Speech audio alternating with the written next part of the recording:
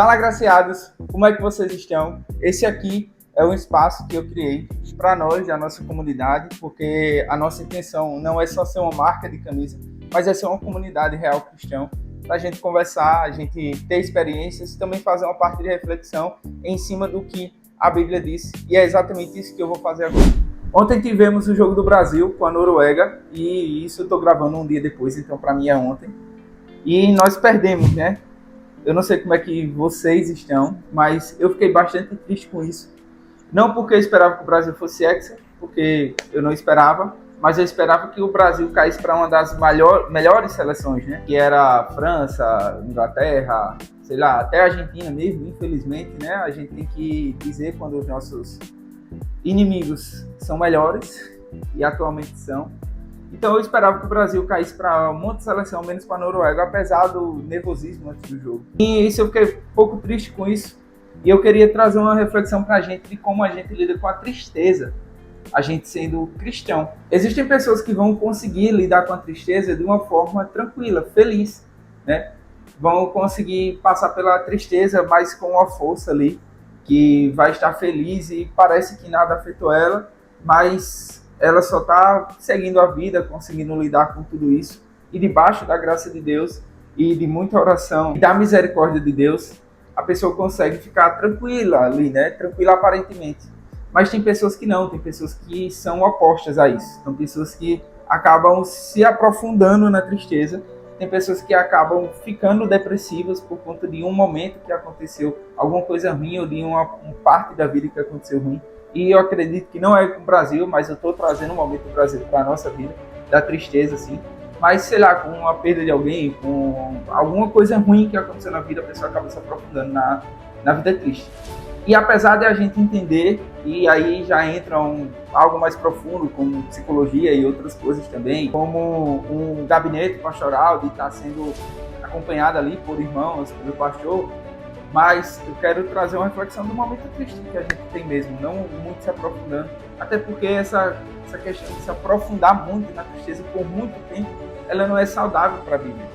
Então, isso pode ser, e eu não estou dizendo que é, mas pode ser que é um pecado seu sendo exposto, que você botava muita fé e endeusava aquilo mais do que qualquer coisa, além da Bíblia e de Deus. Então, por isso que necessita, caso seja uma questão que você esteja assim, necessita de um acompanhamento pastoral e talvez de um psicólogo também, para entender a situação, tá certo? Mas chorar, ficar um tempo triste e tal, isso não é errado, apesar de muitas vezes a gente achar que é, né? A gente foi ensinado, entre aspas, a que chorar, que ficar triste por um tempo é errado, porque a gente tem que ser alegre o tempo todo.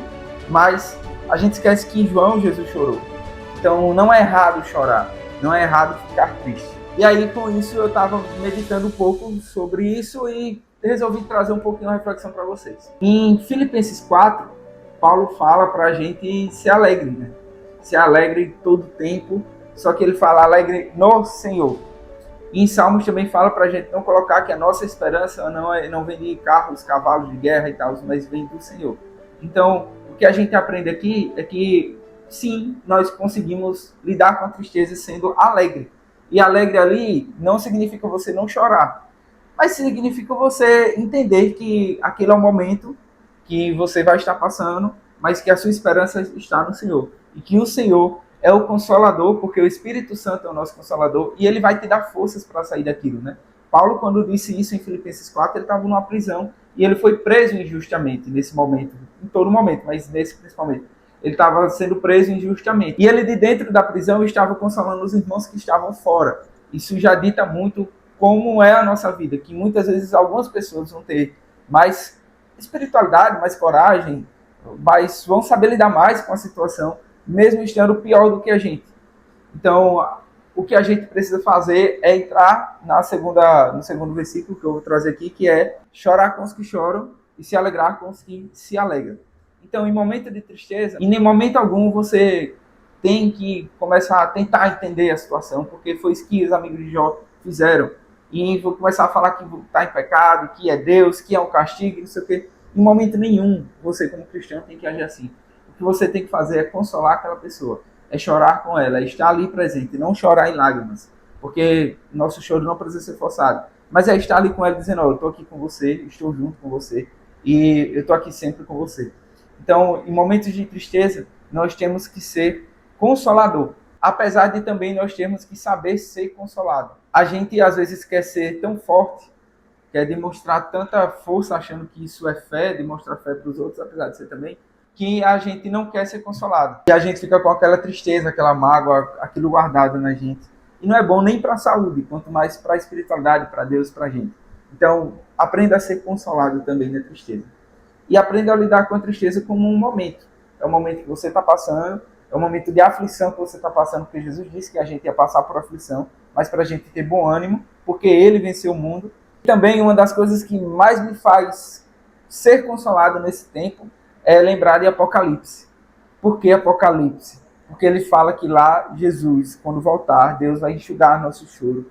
E não haverá mais dor, não haverá mais sofrimento, não haverá mais lágrima. Lá, ali é o momento onde tudo se resolve naquele período da vida, naquele momento que vai acontecer. É tudo onde Deus encontra a gente e vem para resolver os nossos problemas e nos levar de volta para o lugar de onde a gente veio. Então, pensar nisso, lembrar disso, que tudo é passageiro, ajuda muito na hora da dor. Lógico, o Brasil não chega perto da dor que você sente quando um ente querido seu falece, morre. Mas você lembrar que Jesus, ele vem lhe libertar, que esse choro, ele vai ser enxugado, toda lágrima, toda dor, todo sofrimento, e que existe uma esperança. Essa é até a mensagem do Evangelho. A boa nova do Evangelho é que tudo aqui é passageiro e Deus vai nos buscar e nos levar para algo muito maior do que a vida é aqui. Então, o resumo de tudo aqui é, primeiro, se você está com alguém sofrendo ao seu lado, não seja chato. Console essa pessoa. Se você é a pessoa que está sofrendo, bote a sua fé em prática nesse momento.